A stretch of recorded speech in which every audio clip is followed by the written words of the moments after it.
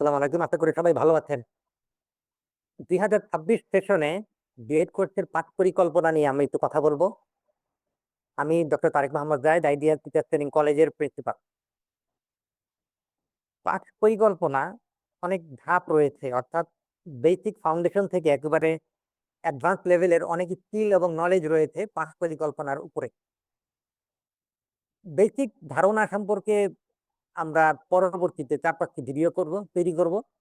সেগুলো হচ্ছে পাঠ পরিকল্পনা কি, উদ্দেশ্য ও প্রয়োজনীয়তা কি। এরপরে একটি ভালো পাঠ পরিকল্পনার কাঠামো, teacher centred versus learner centred lesson plan, অর্থাৎ শিক্ষক কেন্দ্রিক নাকি শিক্ষার্থী কেন্দ্রিক পাঠ পরিকল্পনা আমাদের তৈরি করতে হবে, সেই বিষয়ে একটি ভিডিও থাকবে। আরেকটি ভিডিও হবে লার্নিং আউটকাম সম্পর্কে। লার্নিং আউটকাম বা শিক্ষণ ফল কি এবং কেন কেন এটা গুরুত্বপূর্ণ, কিভাবে লিখতে হয়, কিভাবে পরিকল্পনা করতে হয় ইত্যাদি বিষয় নিয়ে। তাহলে এই 4টি ভিডিও হবে ইনশাল্লাহ, যেগুলো হচ্ছে একদম বেসিক। এরপরে আরো কিছু ভিডিও হবে যেগুলো হচ্ছে আরেকটু আপার লেভেলের, যেমন পাঠ পরিকল্পনার প্রথম 5 মিনিটে আমরা কি করতে পারি। অর্থাৎ আপনারা জানেন যে পাঠ পরিকল্পনা এমন ভাবে লেখা হয় বা তৈরি করা হয় যে প্রথম 5 মিনিট খুবই গুরুত্বপূর্ণ। এই 5 মিনিটে সিদ্ধান্ত হয় বাকি সময়টুকু কিভাবে কাটবে। এরপরে উদ্দীপক কিভাবে আমরা ডিজাইন করবো এবং কিভাবে উদ্দীপক দিয়ে ক্লাস শুরু করে সমাপ্তির সাথে কিভাবে লিঙ্ক আপ করবো, সেই বিষয়গুলো নিয়ে এখানে কথা হবে। শিখন ফল কিভাবে লিখতে হয় এবং কগনিটিভ, অ্যাফেক্টিভ এবং সাইকোমোটর ডোমেইনের নানা রকম শিখন ফল নিয়ে আমরা কথা বলবো এবং সেগুলোর লেখার পদ্ধতি, কৌশল, এগুলো নিয়ে আমরা আলোচনা করব। আরেকটি ভিডিও হবে ব্লুম ট্যাক্সোনমির প্রয়োগ। লেসন প্ল্যানে ব্লুম ট্যাক্সোনমি নিয়ে আমরা কি করতে পারি সেই বিষয়ে আলোচনা হবে এবং ভিডিও তৈরি হবে ইনশাল্লাহ। সময় বন্টন একটি গুরুত্বপূর্ণ বিষয়। অনেক সময় ক্লাস শেষ হয়ে যায় কিন্তু সময় বাকি থাকে, আবার সময় শেষ হয়ে গিয়েছে ক্লাসও বাকি আছে। এই উভয় রকম সমস্যা দূর করার জন্য টাইম অ্যালোকেশন আমাদের জানতে হবে। এরপরে গুরুত্বপূর্ণ বিষয় হচ্ছে শিখন শেখানো পদ্ধতি ও কৌশলগুলো আমরা কিভাবে সন্নিবেশিত করব একটি লেসন প্ল্যানের মধ্যে। দলীয় কাজ কিভাবে আমরা দিব, পরিচালনা করব। এরপরে হচ্ছে মূল্যায়ন আমরা কিভাবে করব শিক্ষার্থীদেরকে, বাড়ির কাজ আমরা কিভাবে দিব। এগুলো হচ্ছে মোটামুটি মাঝারি মানের। এরপরে হচ্ছে আরো অ্যাডভান্স লেভেলের আমরা লেসন প্ল্যান নিয়ে কথা বলবো।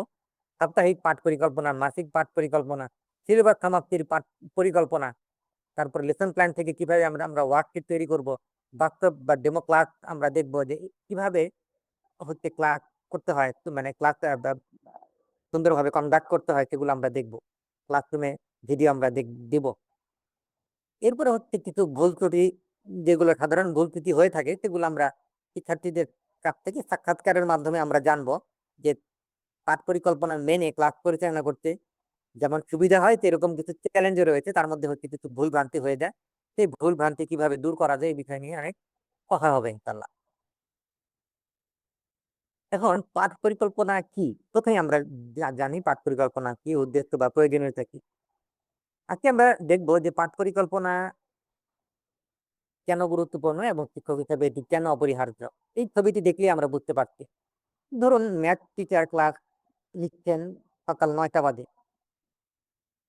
আপনার ছবি দেখেই বুঝতে পারছেন যে শিক্ষার্থীদের অবস্থা খুব বেশি ভালো না, তারা আনন্দ পাচ্ছে না এবং রীতিমতো ঝিমাচ্ছে।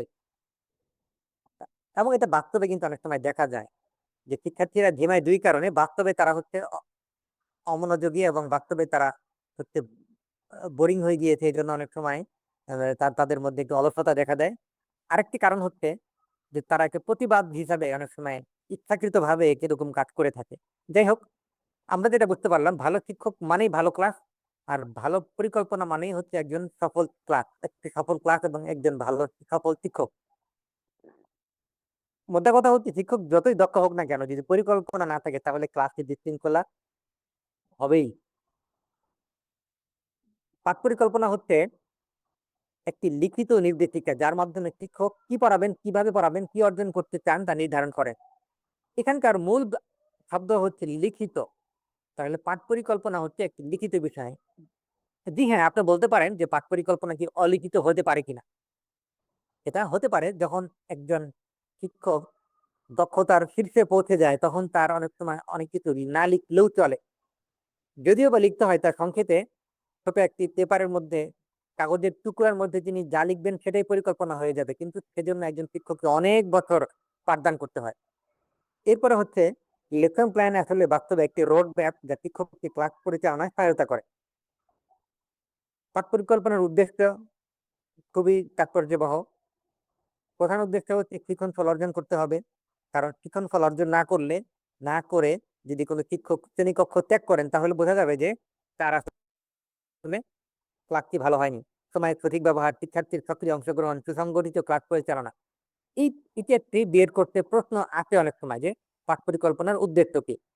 হম তারপরে পাঠ পরিকল্পনা কি, এটিতেও একটি কমন প্রশ্ন বিয়ে করতে আসে অনেক সময়। এইবার আসুন, বিভিন্ন ধাপের সময় বন্টন একটি গুরুত্বপূর্ণ বিষয় যা পাঠ পরিকল্পনার মধ্যে থাকে। এখন কত মিনিটের ক্লাসকে আমরা স্ট্যান্ডার্ড ক্লাস ধরে থাকি। কোন কোন স্কুলে 40 মিনিট, কোন কোন স্কুলে 50 মিনিট, কোথাও বা আবার 35 মিনিটে ক্লাসের সীমারেখা বেঁধে দেওয়া থাকে। ওর মধ্যেই একটি ক্লাসকে শুরু থেকে শেষ পর্যন্ত শেষ করতে হয় এবং যা যা করা দরকার সব শেষ করতে হয়। কখনো কখনো দেখা যায় সময় বাকি আছে ক্লাস শেষ, কখনো কখনো তার উল্টোটা হয়, সময় শেষ অথচ ক্লাস বাকি আছে। তাহলে আমরা বুঝতে পারলাম ক্লাসে বা শ্রেণীকক্ষে লেসন প্ল্যান নিয়েই একজন শিক্ষক গ্রেড করবেন, এবং এটা খুবই দরকার। শিক্ষককে যেমন আত্মবিশ্বাসী করে তোলে, ক্লাসকে পরিকল্পিতভাবে পরিচালনা করতে সাহায্য করে, সময় অপচয় কমায়, মূল্যায়নকে সাহায্য করে। এবং মূল্যায়ন করার ক্ষেত্রে কিন্তু শিক্ষণ ফলের আলোকে একজন শিক্ষক মূল্যায়ন করে থাকেন। তাহলে আমরা বলতে পারি যে একটি ভালো লেসন প্ল্যান শিক্ষককে শুধু প্রস্তুতি করে না, বরং ক্লাসকে কার্যকর করে তোলে।